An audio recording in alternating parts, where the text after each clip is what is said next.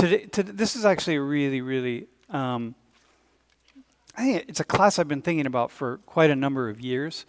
And, I'll have these classes sort of gestate in my mind, or an idea for a class. And oftentimes, it doesn't just come out. I have to wait to have some kind of feel for it. And it finally came together today, and I said, okay, let's do this.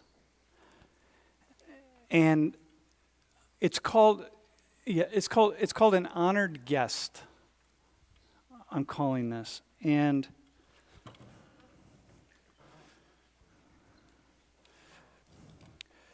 we're going to talk about a pilgrimage that happens in the world that very few of you know about.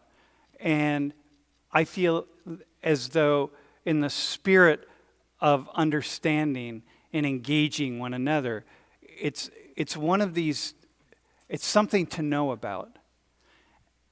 And it's really cool and really worth knowing about. Man, I can't. So I want to start.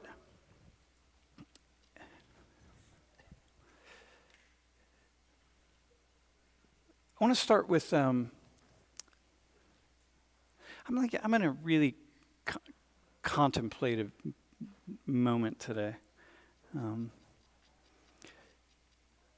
So this is a Muslim and Islamic pilgrimage, but it extends beyond that. I'm not going to talk about religion. I'm going to talk about the sociology of this as a way to open a window into something.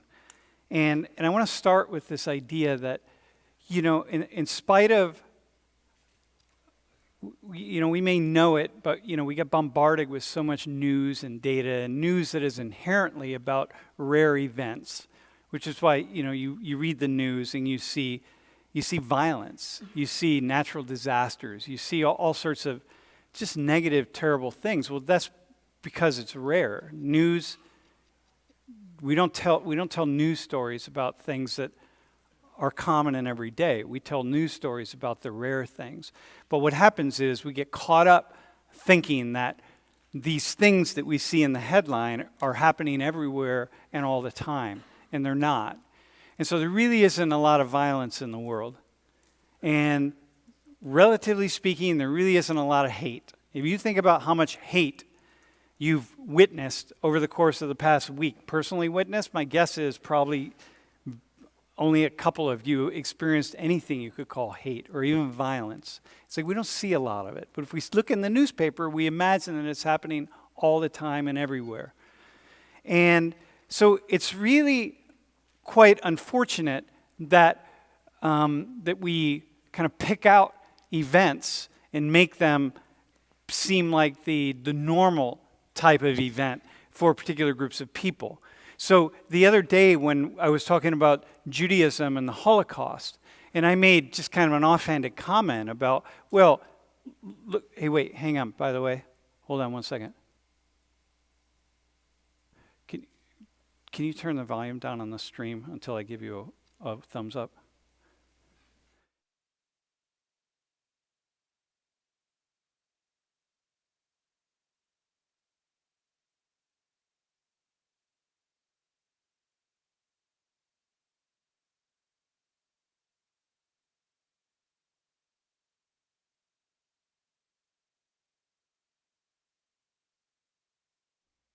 So I made just kind of an offhanded quick comment about this really, that the Holocaust is really the origins of the Holocaust are lie in Christian ideology and theology. And there were, maybe some of you were like, what are you talking about? There were definitely people watching the stream who were saying, what are you talking about? But very much so, right? The idea, there's an idea that became really dominant in Christian ideology that Jews killed Jesus. And, it was a central tenet of the Catholic Church, for one. And it was a central tenet of many churches. Jews didn't kill Jesus. The Romans killed Jesus. But and early on, the idea that the Romans killed Jesus is best that we can assess for what we know about the writings, because you do understand that what you know about the Bible today, like we don't, those aren't the original words of the original whatever was called the Bible. Like this is, you really need to know that. The earliest piece of text we have from the Bible is like a credit card size piece of writing, they think, from the book of John. And and that comes to us from like the middle of the 2nd century. So this is 150 years almost after the death of Jesus. And so if you just imagine, like in this class, imagine that 150 years from now, we don't have any recordings, we have nothing, and people are going to tell the story about what Sam said in Social 19 on this day, or the whole semester. And then you're going to tell the story of the teachings of Sam Richards. And 150 years from now, or 2,000 years from now, first off, you're not going to write anything down. Nothing's written down. But 150 years from now, we're going to have the first little scrap of what happened all semester long. And then 2,000 years from now, you're going to have people having this idea that they know exactly what Sam Richards said. And they have no idea what Sam Richards said. So this whole field of in Christianity and biblical studies called textual criticism. And I happened to dig into it for about 3 years of my life. I just gave myself to trying to understand what do we know about the Bible, in particular the New Testament. It's utterly fascinating, right? So spend 10 hours. If you're a Christian, it's really worth it. But in any case, we really see this. And, in some ways, Martin Luther, who's the father of of Protestantism, Martin Luther, the most important person for the Christian church to break away from the Roman Catholic Church. So if you're a Protestant, your journey started with Martin Luther. Was the idea, if you look at the writings of Martin Luther about the Jews and what should be done about Jews, and the answer, to answer the question and the problem of the Jews, it's exactly what the Nazis did. Burn their synagogues and throw them in prison and make them work, and if they rebel at all, kill them and put them in work camps and all sorts of things. I mean, oh my God, right? So you just see this idea of Jews killing Jesus. Well, it's not difficult for Christians with this mentality it is difficult, it happens somehow, but to walk down this path. And the Holocaust was committed by Christians. These were all Christians. Now, they weren't Christians, really, because no Christian would ever act like that. But they went to church on Sundays, so, they did what other Christians do. So a lot of Christians do really terrible things. And so, okay. But I don't know a single Christian who would support that. I've never met a Christian who's filled with so much hate. It's not part of my life. I've been a Christian. I was christened and baptized, and I've been around Christians my whole life. I've never met anybody with that kind of hate. And so it's just really unfortunate that there's this whole kind of picture of a particular point in time when Christians engaged in such horrific actions that it just could make your blood curdle and just scream and cry. So we're living in a time right now when we're seeing a lot of really radical, angry, violent Muslims.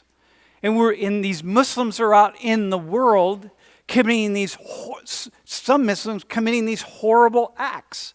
And so this is what you see, like these people from ISIS. You got 1.8 billion Muslims in the world. There's about 2.2 billion Christians, 1.8 billion Muslims.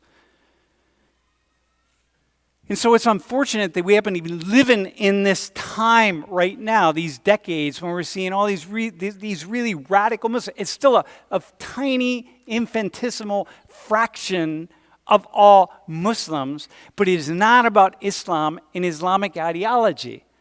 Just like the words of Martin Luther and other people that carried those on is not about Christianity and Christian ideology, because that's been abandoned now.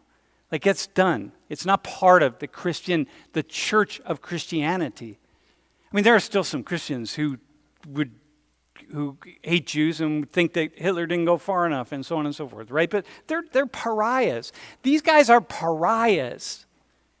They are pariahs. They are not Muslims. The vast majority of Muslims, the vast majority of Muslims do not accept them.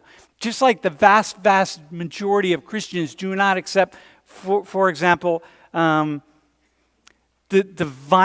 radical, violent Christian groups, right? Like the Lord's Army and the DRC, for example, has been responsible. Christians are responsible for killing hundreds of thousands of human beings, slaughtering them over the course of the past few decades. But no Christian in here would say like, oh, I think that person, but they're still a Christian because they say they're a Christian. No, you're not. You can just say you're a Christian. Neo-Nazis, the guy that entered the synagogue in Pittsburgh and killed 18 people was a Christian, a neo-Nazi Christian.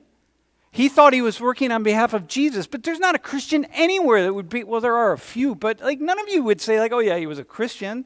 So these guys here, the same thing, you have to, if you understand Islam and you understand Islamic peoples, and you spend enough time around Islamic peoples, you have the same experience that you have when you spend time around Christians. Like I've met Christians that are really ignorant and narrow-minded and stupid and mean and so on, right? And then I take that person and I'm like, okay, well, you're just ignorant, narrow-minded, stupid, and mean, so I'm not going to pay attention to you. You don't represent all Christians. Well, the same thing here, but unfortunately we're living at a time when we keep seeing these messages about these radical Muslims, but they don't represent Islam. And there are other things that represent Islam, right? So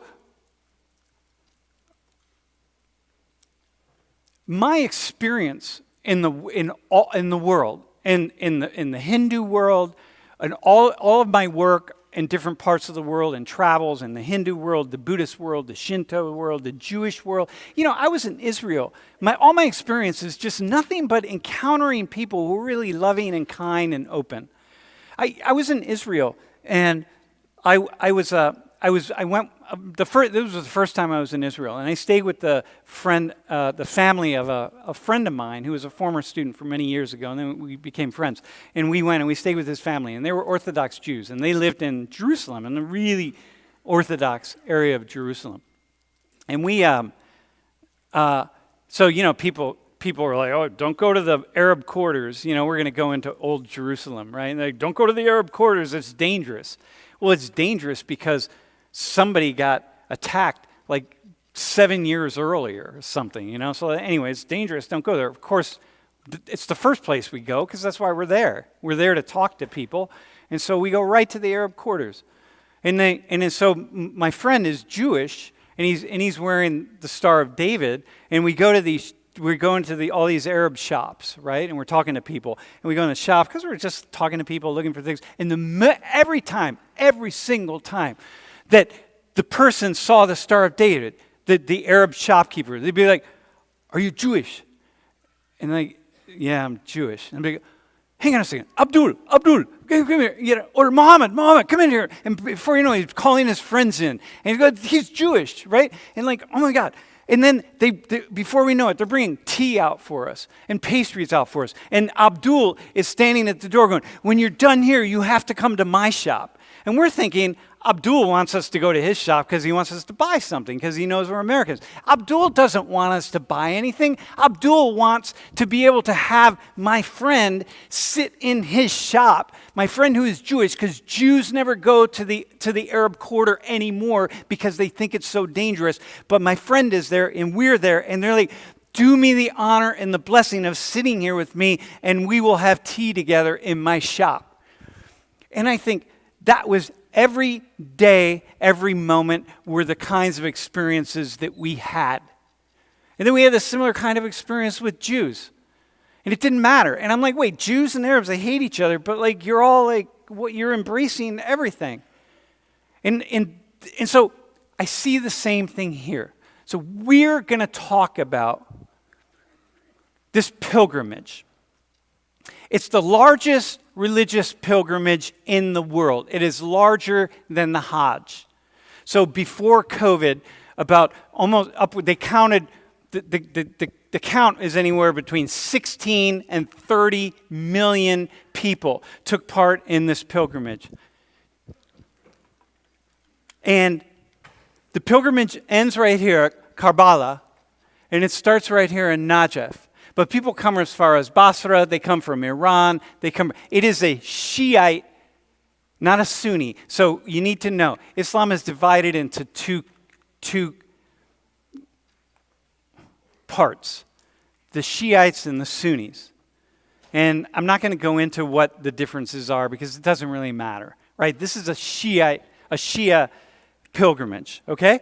So, 16 to 30, we're going to say 20 million. We're just going to go with 20. 20 million.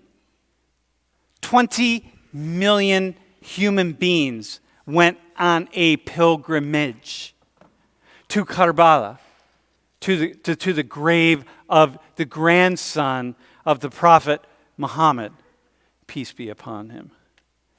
20 million, y'all. You get 20 million? There's 12 million people in the state of Pennsylvania. 20 million human beings. That's like New York City and all of its boroughs times 2. And they all go on a pilgrimage. And we're going to talk about that pilgrimage because, like, how does that happen? So, hang on. Yeah. So the question is, how does that happen? How do you do that? 20 million people. Take 20 million take 10 Americans, random Americans, and put them together in a group. You got the Trump people, you have the Biden people. Pretty soon they're at each other's throat. They're shooting each other with their guns. I don't know what are you doing? I'm making a farcical statement, but you get that. 20 million human beings. And so we're going to just talk about that because this is infinitely more fascinating for a class on race, culture, and ethnicity than talking about ISIS. These are 20 million people. ISIS is like a handful of people. But like this class, we're going to talk about all of Social 19, but we're just going to talk about these 3 people over here. And they're going to represent all of you. But it's just these 3, actually these 2 people right here. Come on. So anyway, this is awesome, right? It's such a fascinating, and the first time I learned of this pilgrimage, I'm like, first off, I got to do it. I really want to participate. I really want to see it. I want to do it. Okay, so this is what we're going to talk about today. Isn't this cool? Like this is what you get. This is what makes the world a better place today than it was yesterday. When we learn about things like this and we see people for the awesomeness and the magic that is their lives. Just like last class. Okay, so should we? Well, hang on. Let me bring So Mason, why don't you come on up? Hey, is there a Christian that would like? If not, we're going to go with Raphael. Is there anyone who feels like really Christian that you feel like, yeah, I could do this? Daniel, right? You want to come up, Daniel? All right.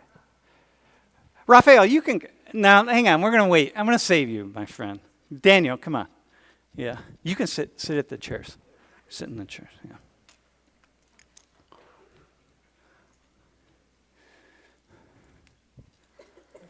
All right, Mom. So first off, what's up, Mom? Have a seat. So just introduce yourselves. Introduce yourselves. Where are you from? What are you doing? You're not fully. You're interested. Okay, go ahead. Say your piece. Well, my name is Daniel. I'm from Philadelphia, and I study telecommunications. So you're going to have to talk louder. My name is Daniel. I study telecommunications, and I'm a Christian. And you're Haitian, right? Yes, Haitian. Do you speak Creole? No, not at all. You speak some Spanish, though, right? Just a little bit. Poquito. Okay, muy bien. My name is Mason. I'm from Northern Jersey, and I study mechanical engineering. I was raised Christian, but I don't really go to church anymore. But I am fairly interested in like the backgrounds of religion and like religious texts. And the reason I wanted you up here is because Mason asked me about doing something on religion a few weeks ago, and I'm like, yo, get back to me. We'll do something and have you up here. So let's bring our guest in today, if we could. Let's.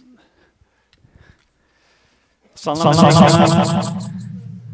Mariam, you can unmute. Yeah, I can.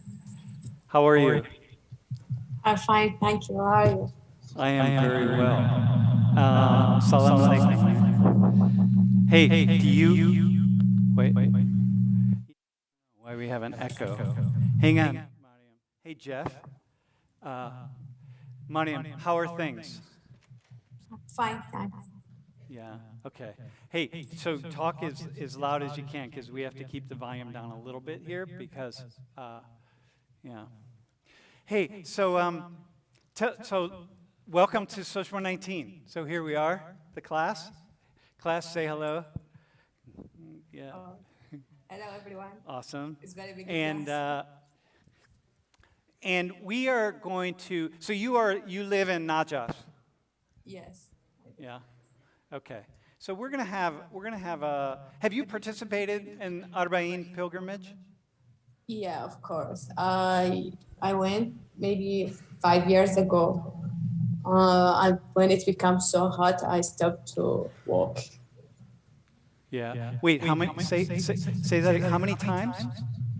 No, I went 5 years ago. Yeah. I just maybe went 3 or 4 times, like this before that. Are there people in Najaf who do the pilgrimage like every year? Yeah, most of them do.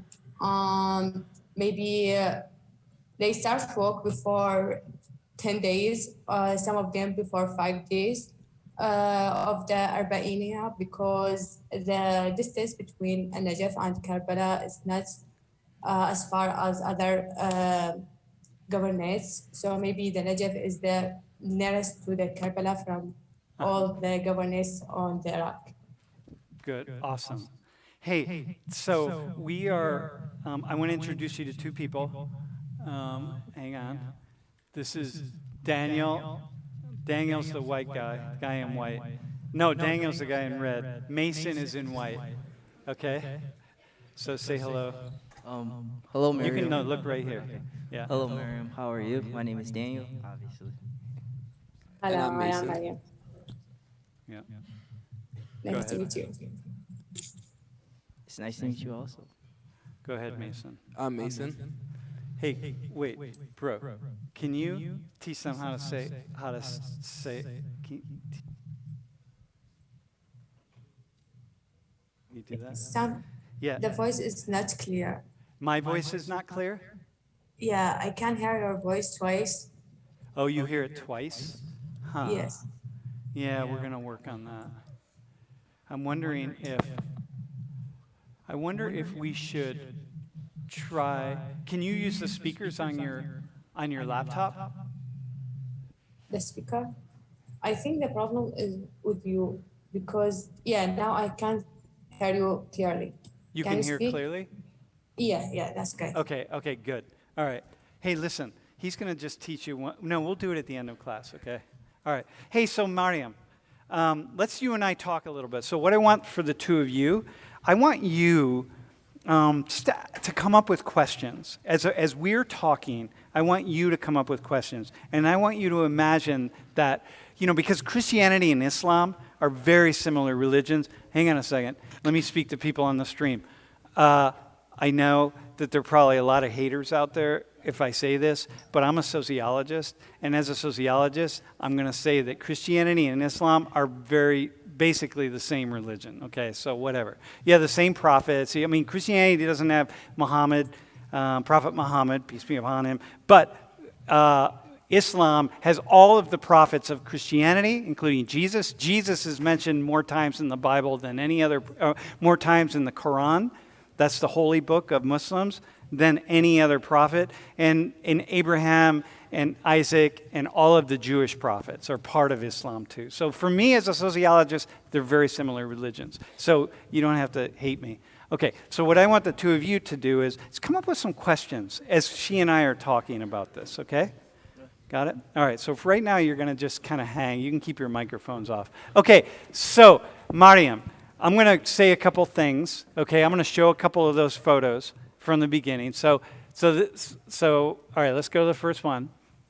So understand, class, that people, when you're talking, we're talking 20 million people, the pilgrimage is at least between Najaf and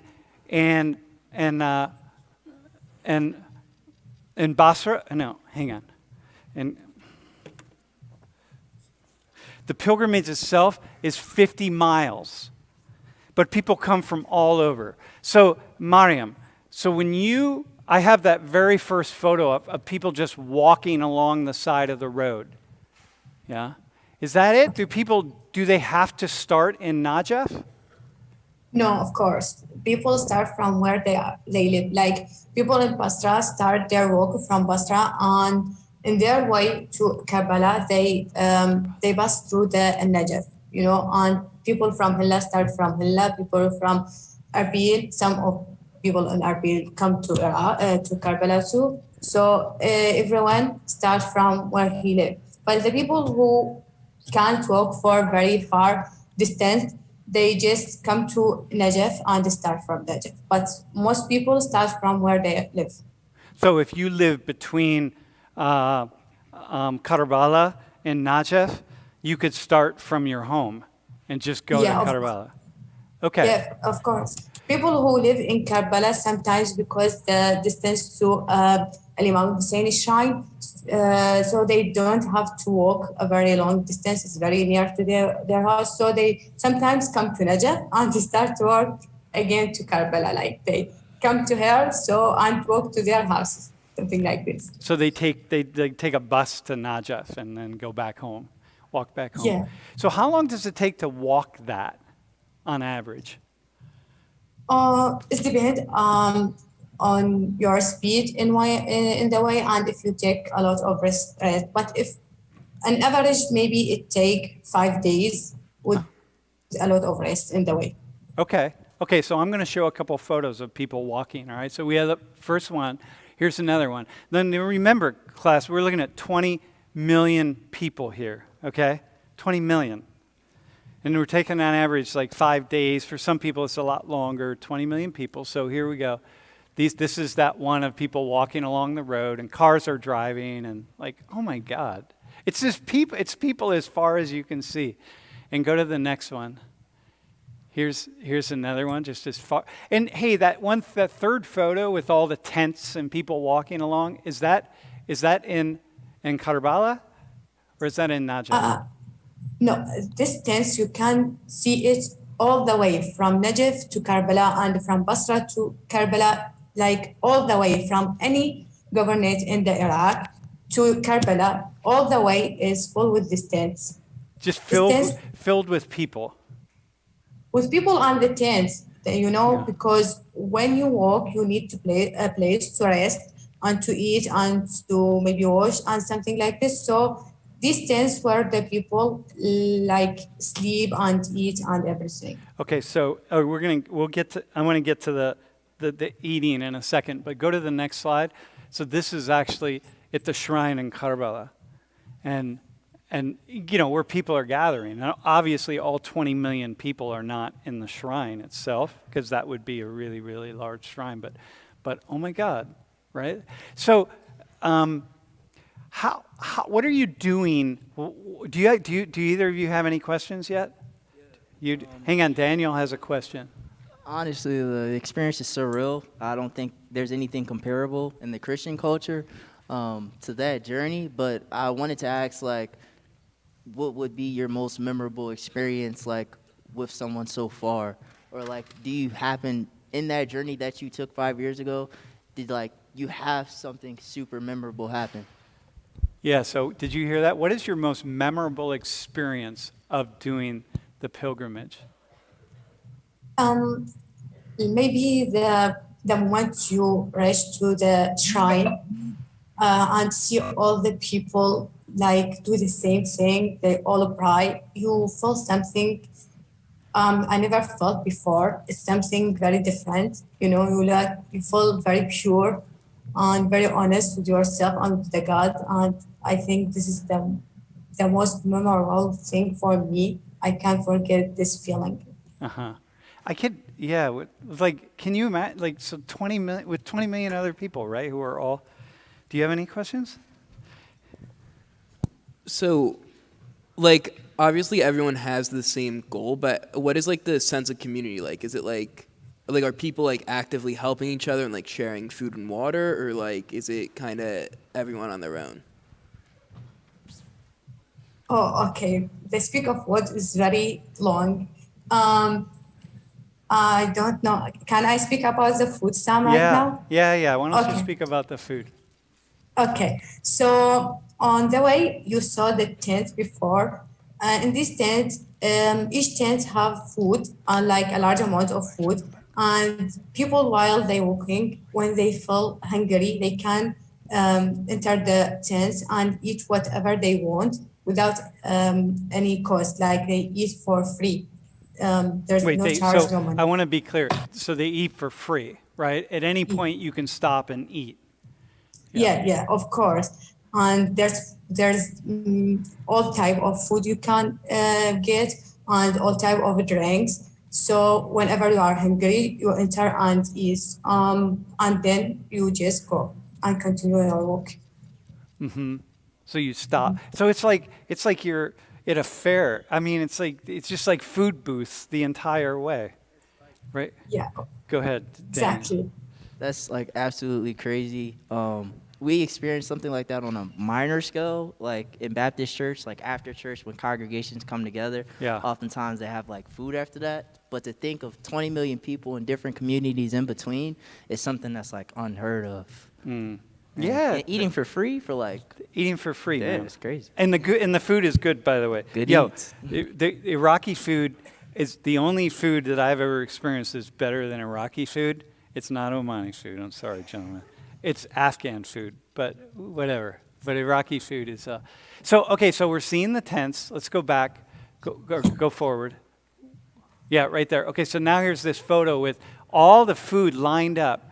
So you just see it's like the longest tablecloth that I've ever seen in my life, right? And so do you just decide which food you want to eat, or like, I mean, tell me how it Yeah. works. Okay, so there's also, other than this picture, there's in each tent there's certain type of food. So you walk and then you decide to eat some maybe type of food, certain type of food. You enter the tent, you don't find it. You go to the other tent, you find it, and then you enter. So whatever you want, whatever you really like to eat, you just choose the tent that cook this food and enter and eat it. And who cooks it? Like, who's doing this? Okay. Some people, people who other people, people who work, some of them volunteer to serve the visitors. We call the people who work to Karbala visitors. So people on this tent are just volunteers to serve these people. They cook to them. They wash their clothes, and the way they. Give them whatever they need. Even medical care, there's some medical care in the way. So these people just volunteer to do this So without any money or something. It's all free. Like they don't need money from anyone to do this. They just volunteer to do it. So they're just doing it because it is their gift to all of the people who are pilgrims. Yeah, because they because they feel honored by serving the visitor who Yeah. go to Karbala. Yeah. So listen, this is something that, look, I'm not. There are parts of Arab culture that I'm not really very. Sorry, gentlemen. That I'm like, okay, I could do without that piece of Arab culture. But there's a piece of Arab culture, there's a part of culture that is about treating strangers and guests that is just fundamentally a part of culture, that you treat a guest as a god. And the guest is so important. Like, man, it's really profound. And so here are these people who are taking this trip, and you're going to cook food, and you're going to take it out. You're going to buy food, cook food. You're going to take it out, and you're going to give to them as a gift to them. 20 million people, man. That's a lot of cooking. So can you go to the next slide? So this is that photo that looks like it's inside of one of the tents. That people set up couches, and it looks like a diwania inside the tent. You know, they set up couches, they set up everything, and it's like, there's some little kid that's laying down, resting, it looks like. So that's it, right? People bring their furniture out, and they just let people stay there. Yeah, of course. In addition to the tents that I mentioned before, in the last 3 years, people start to build a simple building in the way instead of tents, because while the people walk, the sun become very hot, and sometimes there's a rain on the way. So the tent can't protect the visitors. So people come out with the thought that to build a simple building. Mm-hmm. And this one is a building, not a tent. A simple building. Some people donate to build this building, and this become more often on the way than the tents nowadays. Wow, yeah, it's so. Do either of you have a question yet?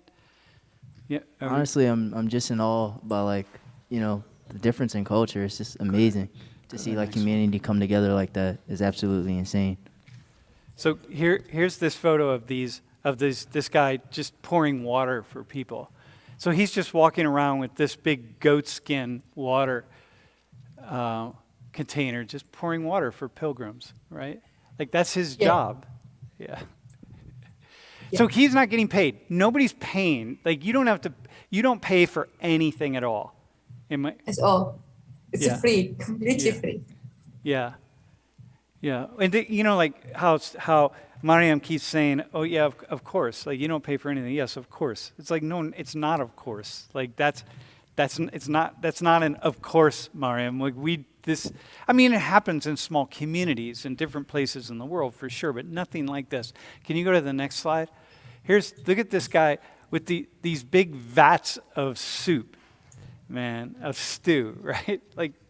That's a lot of, man, can you imagine cooking for 20 million people? Like, who pays for that? Like, where does he keep those vats when the pilgrimage isn't happening? Did they just store them in warehouses or something?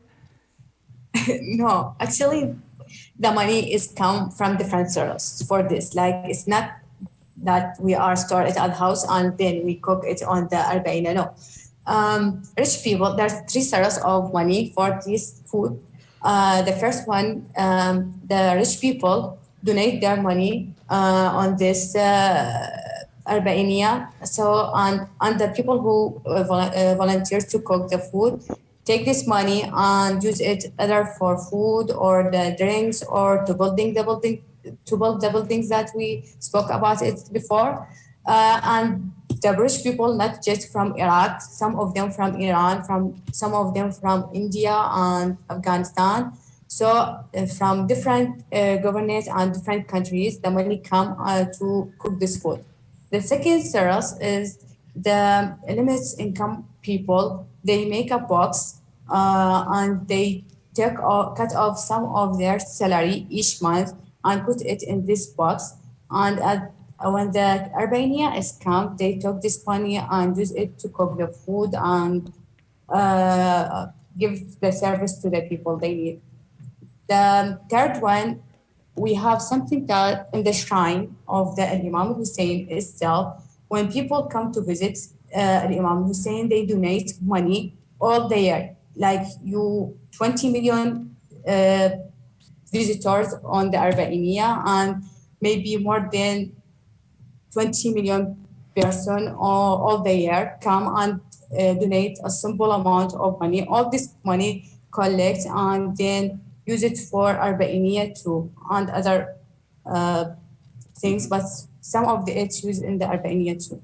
Mm-hmm. Okay. Hang on. Mason has a question for you. What would the attitude be like for someone who's not like a Shiite to participate in it? Like, could Mason do this pilgrimage? Yeah, of course. Actually, many people come to pilgrimage, but they are not Shia Muslim. You can enter to the YouTube and see many of USA American people come to Arbaeen just to maybe make a video, or maybe just to see it, or maybe just to have a fun. Sometimes come to this, and they are more than welcome to do. Like we give them more than a good hospitality. Mm-hmm. Okay, I'm going to show a couple more photos, and then, so here, let's go to the next one. So once again, here's just I thought this was a really good photo because you see the tents once again on both sides and people walking. And okay, so go ahead, next one. So here's people sleeping inside the thing, because you have to sleep, right? Like you can't sleep out in the open air. So is that the idea, that people are providing tents for food and for people to sleep? Yeah, of course. Like people from Basra need 10 days to reach to Karbala. Of course, they need to sleep. So as I said, they were sleeping on the tents, but now there's a simple building for this. We call it Husayniya. And people are not, when I look at those photos of people who are walking on the pilgrimage, they're not carrying sleeping bags and stuff, right? So the people along the way are providing all these blankets and rugs, and all those are being provided by people along the way. Yeah, of course. Yeah, of course. Yeah. You don't need to take anything in your way to Karbala. You take nothing. You just walk. Nothing. Even money, you don't need to take money with you. You just take your phone if you need to call your family. So Miriam, would you say, like, even though you don't take anything, do you leave with anything? When you come back from the pilgrimage, is the love the same way, like going there? Okay, when you rush to there, when you want to come back to your home, there's a cars and bus that take you back to home. Some of them, they need a charge, but it's simple things. And some of them, they just volunteer to return you to your home. But you don't need to return walking to your home. So someone will give you a ride somehow if you need. Hey, go to the next slide. So this is inside of the shrine itself. These are people just sleeping on the floor, and then the next one. This is really, so gentlemen, this is really fascinating. So you're walking 50 miles, and there are a lot of people walking in street shoes. And so people's shoes break, or they want to get their shoes polished. So there are all these people along the way who are polishing shoes and fixing shoes. Maybe your laces break or your heel breaks or something. And I watched this video, Mariam, of these shoe people, and they took this guy was taking people's shoes off and kissing their feet as a sign of, like, as worshiping, because this is a pilgrim, right? So he kissed their feet, and then he cleaned their feet and washed and clean, and then shined their shoes and put their shoes back on them and sent them on their way. I'm like, dudes, hang on a sec. Like, seriously? Like, can you just hold that for a second, okay? A stranger comes. So I just want to walk you all through this for a second, okay? And you guys. There's a pilgrimage that happens between State College and Altoona. And because all these pilgrims are coming through town, and they're part of your religion and not your culture even, just part of your religion, and you're connected to them, and they're maybe not even part of your religion because they're foreigners. They're Christians, or they're like Mason here, who's an ex-Christian, who's trying to find his way, but he's an engineer, so, he's an engineer.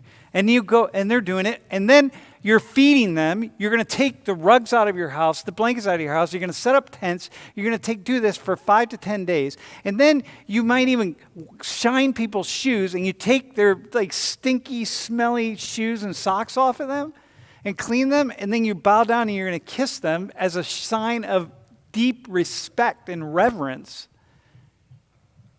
and then send them on their way. Like, this is not a piece of Islam that anybody talks about. And why aren't we talking about this? Like, why do we only talk about the one that, why not talk about this? In that Mariam is saying, responding to questions with, of course. Well, of course. Of course we shine people's shoes. In the shoe shine people, this happens all along the way, right, Mariam? Like, you can stop anywhere and get your shoes taken care of. Yeah, of course we do this. And even some people have, because they walk to a long distance, their feet get hurt, or maybe they catch a cold or something like this. So all the way there's a small building or small tents that there will be medical staff in it, like doctors, pharmacists, and so on. They stay in this tent to help people, to give them a good medical care if they need it. So other than this, there is a lot. Yeah. Okay. Do you have a question? Looks like Mason has a question. So you mentioned that there's like a time of the year when this typically occurs. When is that? Because he's thinking about going. Can you repeat your question? Yeah, I didn't go hear ahead. it. When does this occur? Like what months of the year? Yeah, it's happened one month, just one. Yeah, no, when does it happen? What month out of the year? Okay, there's we use another date for this. We call there's the Islamic year. It's different from the January, February that you use. There's that we called it Hijri year. We have different months like Muharram, Safar, Rabi al-Awwal. So this happened in Muharram, and in the English year, or whatever you call it, it's happened different time. Like, it's not the same date. But in Hijri date, it's happened on on the 20th of Safar.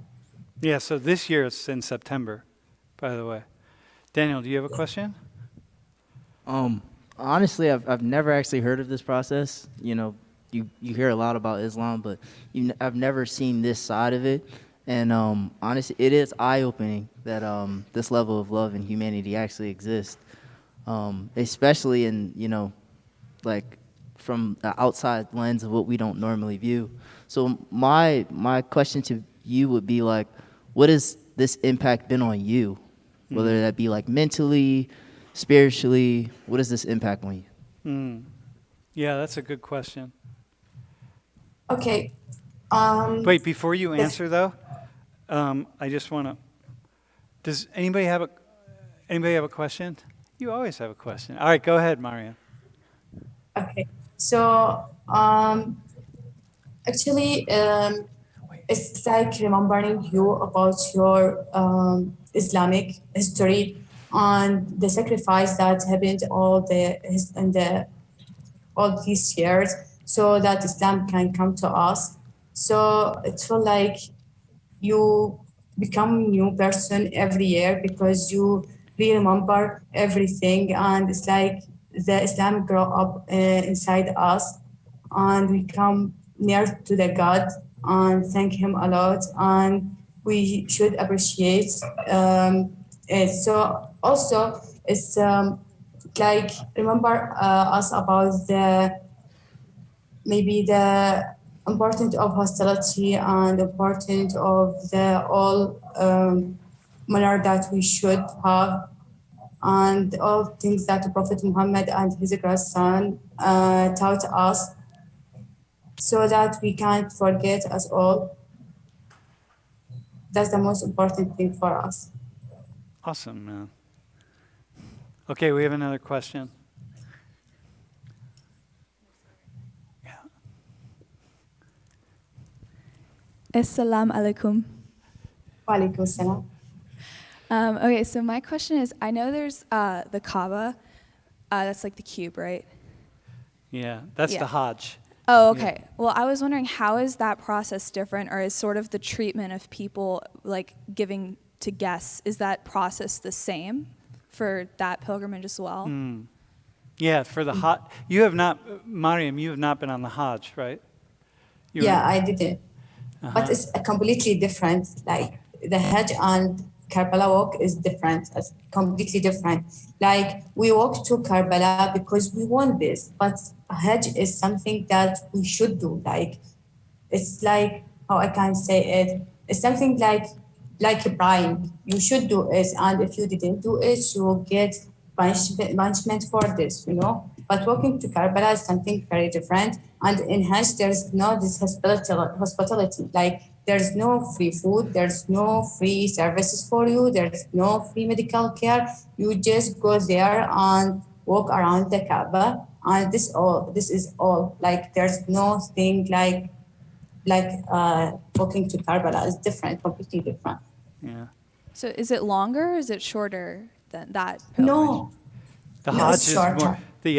The Hajj is more you're in one area of Mecca. Oh, okay. Yeah, and this is actually a pilgrimage. The pilgrimage for the Hajj is really the pilgrimage to get to Mecca.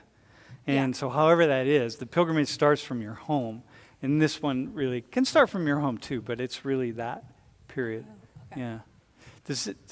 Yeah, that's a great question, by the way. Anybody else have a question? Anyone? Brooke, can you just come down? It'll be easier. Thanks, man. Anybody else have a question you want to ask? Yeah. Hey, do one of you have a question? Yeah, another one? All right, man. All right, bro, you are on, my friend. Hi. This is, first let me say, no offense intended. This is more a question coming from my experience with our culture and not yours. So, when you're talking about the hospitality thing, I kept thinking, like, are there any people that kind of take advantage of that hospitality? Dude, great question. Yeah. Like, is there any violence or stealing, or is it completely sacred and no one breaks that? Yeah, there's a lot. Like a lot of this happened. Like many people get stolen, and many of people they just want to walk, not just to walk to Karbala. They just want to use the hospitality and the food, and and maybe we can say there's a lot of them, many of them, maybe 2 million of them like this. But this will not stop the walking to Karbala because it's not matter. Like the food is for everyone. So if anyone want to take the food and just stay at home, it's okay. There's a lot of it.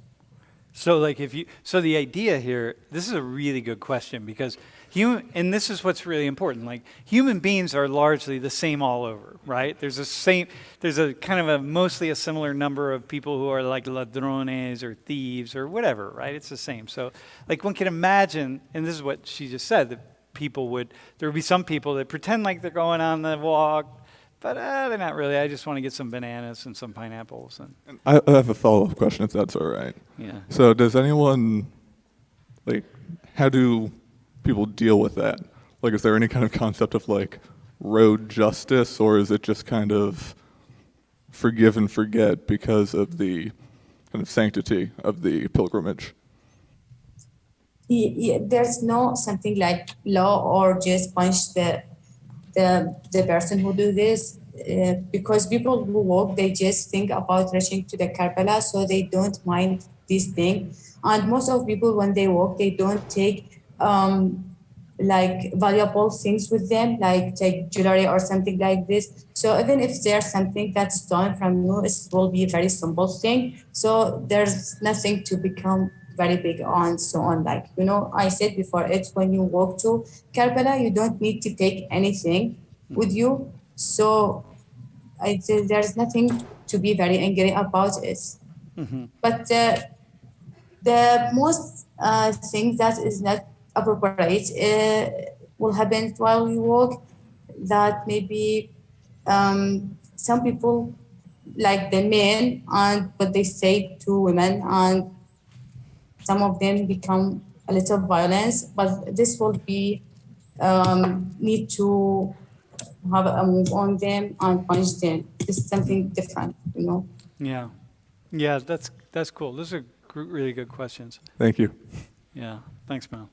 Yeah, it's interesting that there's always going to be, you know, I mean, you don't have 20 million people who are super pious. And by the way, the reason you're doing this, the reason people do this walk is because this is in memory and reverence of the grandson of the Prophet Muhammad.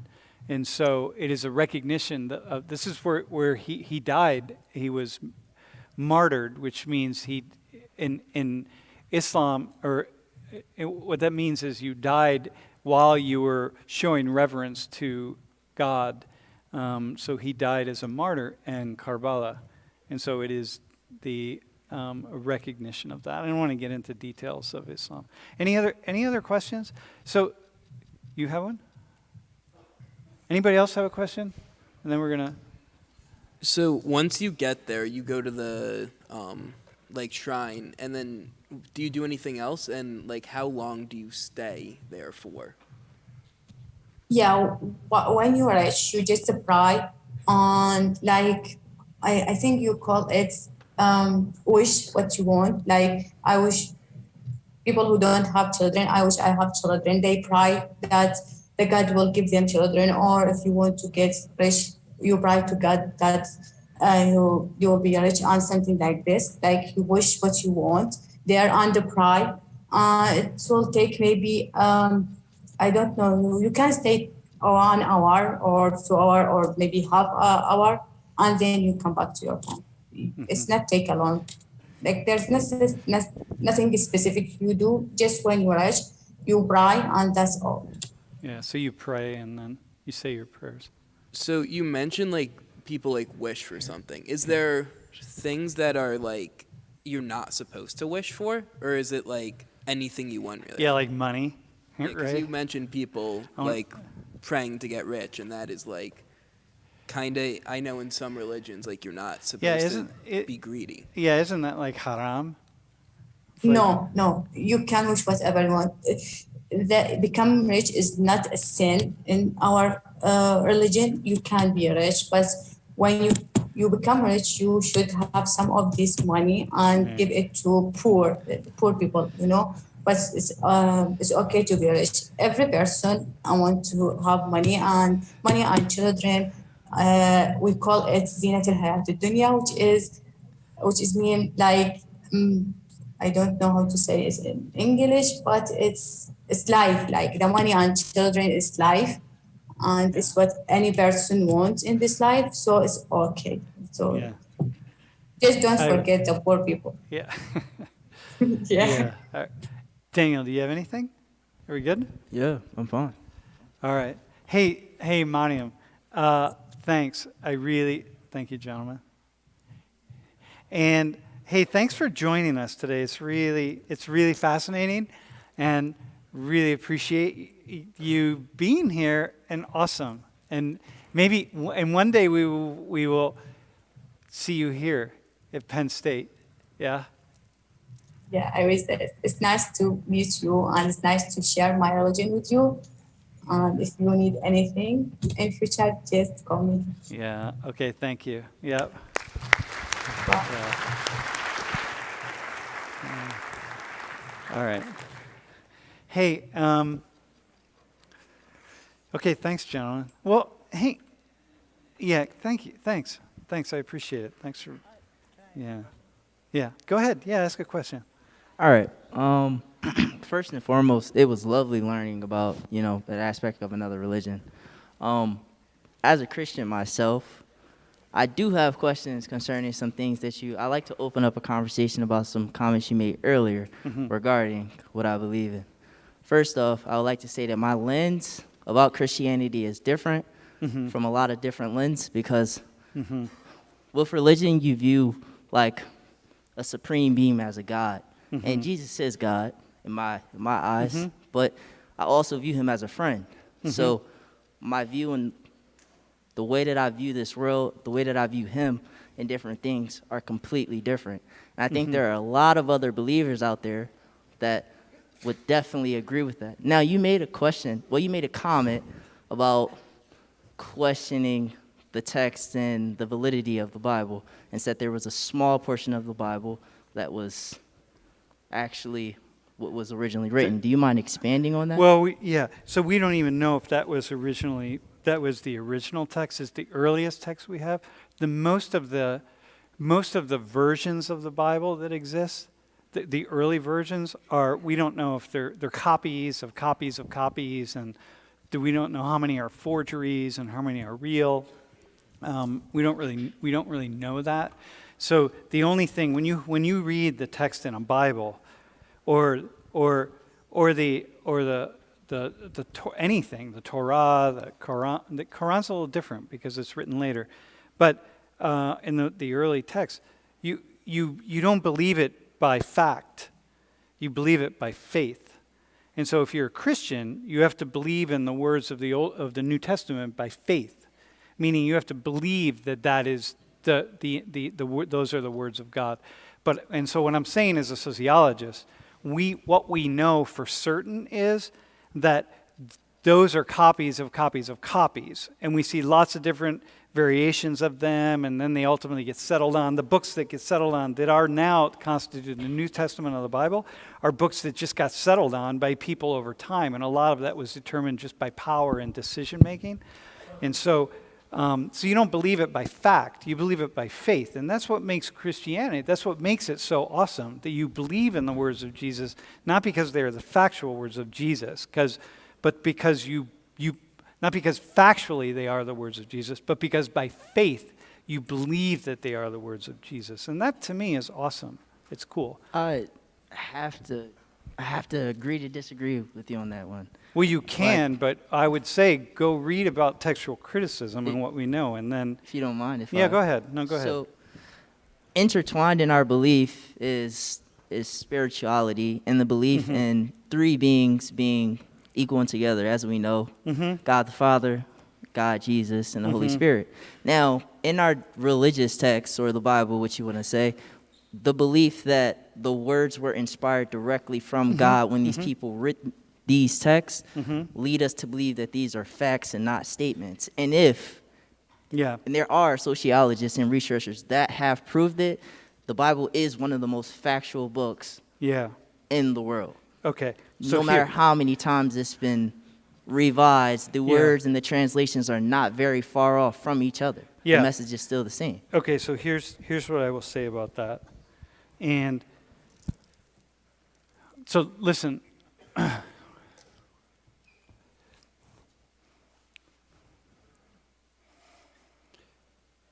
what you have to believe is that you believe by faith. And this is really important because in the Christian tradition, there is the idea that that you come to God, you come to Jesus by faith, which is really important. Faith is not fact. Faith is faith. I believe that these are the inspired words of God, okay? And I believe that these are the words that God really meant to send down.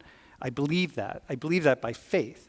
I don't believe that because I know, because I can trace exactly where they came from and how I know that. Because I'm telling you, we can't trace that. The best scholars can't trace that. But the best scholars can say, no, but I believe it by faith. I believe that. And by faith alone, that's enough. I can move a mountain by faith. And I think that's what makes Christianity such a really beautiful religion, because you can have such faith in something that you can't see and you can't touch and you can't understand. So that's the difference, sir. Well, interestingly, my last point is beyond faith is the existence of something. Something exists beyond faith. There's something solid beyond faith. Yeah, exactly. In our eyes, that's the existence of a God that still works today. So I think that in each and every one of our lives, we've had spiritual experiences where he's been active. And though we cannot physically prove those things with the science that we have now, exactly, it's still evident. Yeah, exactly. That's fine. So, I'm there. I'm fine with that. Yeah, I'm fine with that. I got that. Yeah. But it's why, for example, for me, when I accidentally converted to Islam, and I'll tell this story really fast. Years ago, I was in Istanbul, and Wait, hang on. Wait, hang on one second. I'll tell this really fast. How do you you're wondering, how do you accidentally convert to Islam, right? So I was with a Sufi in Istanbul, and the Sufi, I was in his home, and wait, hang on a sec. Do we have 2 minutes? I can tell this story in 2, wait, hang on. I have 2 minutes. It's actually a really interesting story. I can tell it in 2 minutes. 2?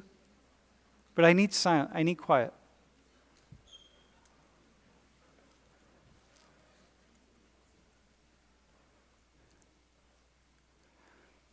So Sufism is one of the really deeply spiritual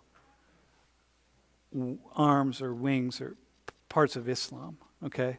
And I was utterly fascinated by the spirit, because I want to know the creator, right? But I want to know not by fact, I want to know by the spirit. So when I was in Istanbul, I searched out Sufis, and I finally found this old religious scholar who took me to this Sufi imam. And so he couldn't speak English, I couldn't speak Turkish, but I went into his home and sat on his prayer rugs with him, and we just looked at each other. We just sat, and we looked, and we laughed, and we giggled, and we were connected. Like, we were just connected, man. We couldn't speak. All we did was we just smiled and giggled at each other, right? And finally, at some point in time, after maybe like an hour of this, I knew he was trying to get me to repeat after him, so I repeated what he was saying. And I repeated, I didn't, not in English, but I could tell, I then realized what I was saying. And in Islam, it's kind of like in Christianity. I believe, I take Jesus as my personal savior and so on, and he gets saved. Well, in Islam, it's very similar. I believe there is no God but Allah, and Muhammad is, the prophet is his son, etc., right? So you say it's a very similar thing.